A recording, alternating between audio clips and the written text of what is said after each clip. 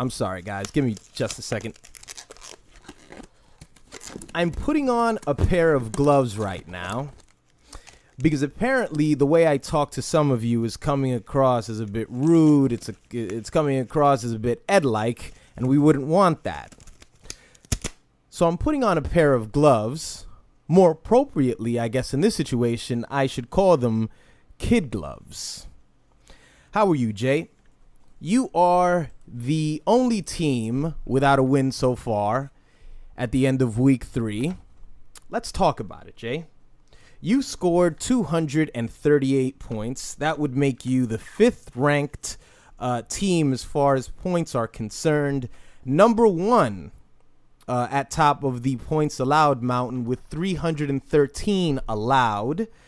And this is becoming a bit of a trend for you because obviously you didn't finish off the season very well. You were the 9th ranked team last year, 9th in points, with a whopping record of 4-9. And of course, I'm not saying that to shit on you completely, Jay, because I ended 4-9 as well. I just had more points than you did.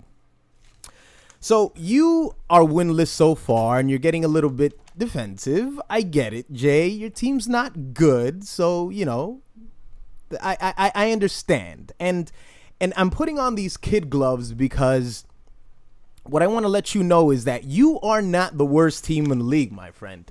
Contrary to what you think, your 0-3 record doesn't reflect on who your team really is. I'm going to let you guys know who the worst team in the league is right now. Hensel started off this season, the first 2 weeks of the season, basically non-existent. He was not moving around any parts. He wasn't accessing, well, he didn't have access to his team. So Andrew Luck stayed in his lineup for 2 straight weeks. So that was 2 zeros for Hensel. He obviously lost 2 games in a row. Week number 1, of course, losing to Paul by a final score of 23-57.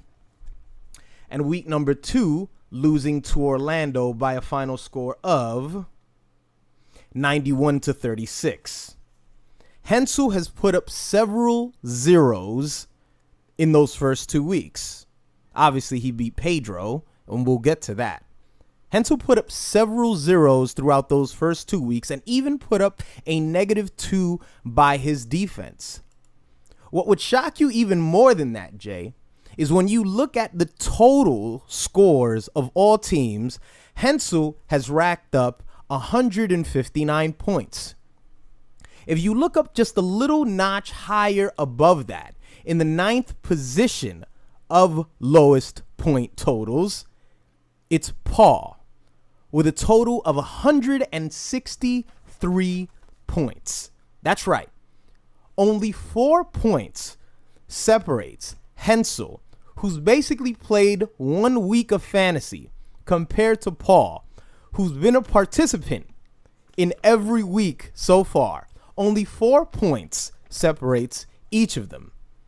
Paul is without a doubt the worst team this year so far, absolutely obliterating and destroying all championship records with that 163 that he's totaled out to so far. That is absolutely the lowest point total for any defending champion after 3 weeks.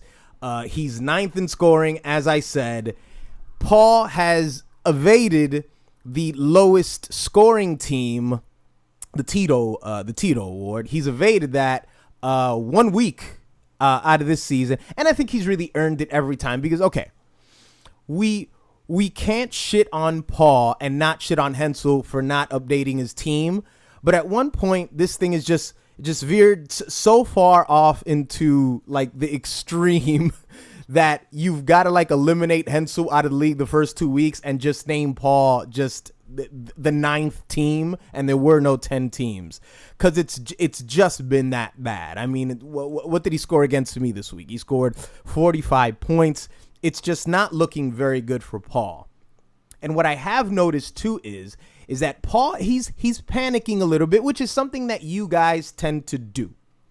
You guys, you tend to get a little you tend to get a little razzle dazzled by a loss or two, because I noticed that Paul picked up Andy Dalton this week. I don't know why the fuck Paul would pick up Andy Dalton, because I mean, he's Andy Dalton, for Christ's sake. Paul didn't have Jameis Winston the very first week of the season, because of all that hurricane shit. But he's got a decent quarterback in Jameis Winston. He's not getting the production that he would like from Mike Evans.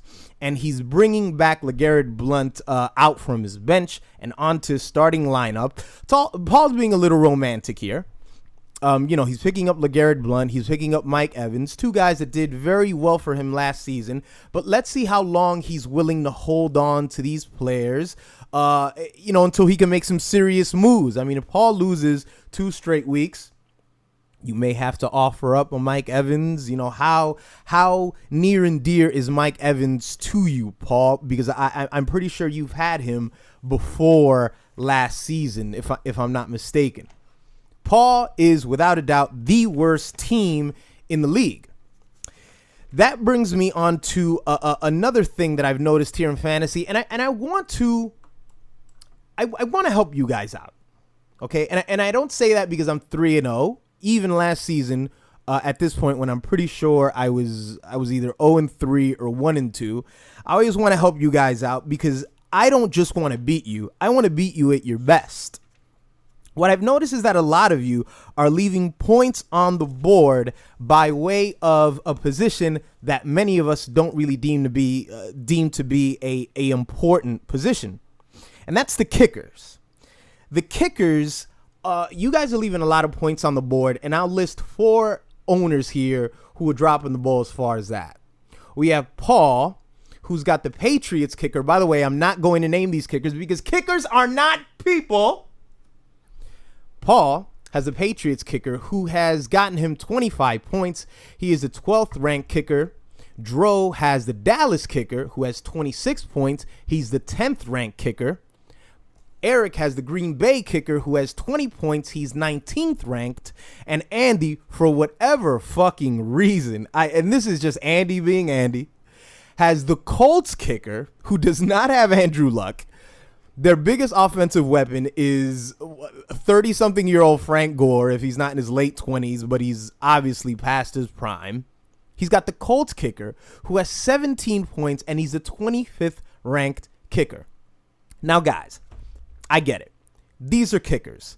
If you ask most of us, what do you value in a kicker? I think sort of the surface level answer is I just want a kicker who's on a good team, because obviously a kicker on a good team at the very least is going to get you some extra points, yada, yada, yada. The way I've always thought about kickers, or at least over the last 2 seasons, I want a kicker for a team that can move the chains but isn't a touchdown juggernaut. I mean, if I see Paul's kicker from the Patriots, I see Pedro's from Dallas, Eric from Green Bay, already you think of 3 faces. You think of Tom Brady, you think of Ezekiel Elliott, and you think of Aaron Rodgers. I mean, if you consider how many touchdowns each of those players are going to score, I mean, it's bad enough in Dallas, because Dallas, you've also got Dak. You know you've got Dak. Dak, who's going to score touchdowns as well. That offense is so good that Pedro could quite possibly be looking at having the lowest ranked kicker, in like 3 or 4 weeks, which doesn't say much necessarily. I know it's not a big deal, but if you amass all those points together, that shit could add up to like 25 points, over the course of a few weeks. Whereas if you look at the player pool, you'll find that, once again, I'm not reading off their names because they're not real people. The Tennessee kicker is the number 1 ranked kicker right now. He is in the player pool right now, and you can pick him up. He has 42 points. The Rams kicker has 38 points. He is the third ranked kicker. Jacksonville kicker has 31. He's the 7th ranked. Carolina kicker has 28 points. He's the 8th ranked. And the Jets kicker has 27 points. He's the 9th ranked. I don't think I would take a risk on the Jets kicker. I don't have any confidence that offense is going to fucking move the chains at all. So you guys are dropping the ball there, and you're leaving a lot of points on the board. Maybe, I don't know if you notice it, a kicker a lot of times is a position that you just leave it there and you don't really care unless it's either a bye week or the rare chance that they just so happen to get hurt. I'm not sure what it is, but I do think that some of you should shuffle around some positions and pick up different kickers. I have the Atlanta kicker, which at this point, it's been beneficial. Obviously, yes, Matt Ryan and Julio Jones. But at this point, it's been good.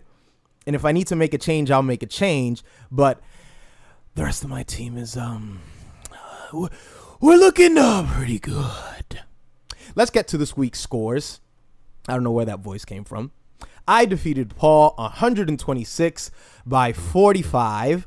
That makes me the highest scoring team and Paul the 45th. That makes Paul the lowest scoring team with 45 points. Pedro loses to Hensel by a final score of 65 to 100. It's good to see Hensel actually participating in the league. Eric beats Orlando by a very close margin, 89 to 82. Those were some close games, but in the end, Orlando could not hold on. Joe beats Andy 103 to 60. Joe's got 2 wins, if I'm not mistaken. I think that was Joe's win total last year, unless it was 3. I got to dig into the papers for that. And Ed beats Dad Bod 75 to 72. Let's move on to next week's matchups here. So we have Hensel going up against Peggy, Paul going up against Orlando, Andy up against Jay, Ed versus Dro, and Eric versus Joe. So, this was your week 3 recap. I got the kid gloves on, Jay. I apologize if I've said anything that's bothered you. But if there's one pattern that I can tell with you, Jay, it's that when our teams are equally doing horribly, you have no problem with anything that I say. I can always measure how good my team is doing by what your mood is against me. So if you're treating me shitty, that means my team is doing quite all right.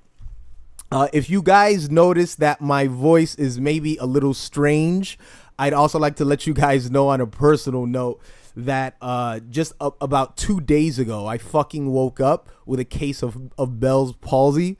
So half of my face is like non-functional. So if I sound like I'm slurring my words, that's the reason for it. I'm taking medication for this shit, and hopefully this is going to be something that's temporary. I have no fucking clue, but I just rather not feed into what could, possibly be the long-lasting effects of it, and just rather look at it in a positive sense and say that it's something that's just going to be temporary. But nonetheless, that's why I'm a little slurred and a little bit all over the place. But never mind all that shit. This was your week 3 recap. May your quarterbacks get hurt before they leave the locker room. May your running backs pull their hamstrings. And may your wide receivers get arrested for marijuana possession. Go fuck yourselves.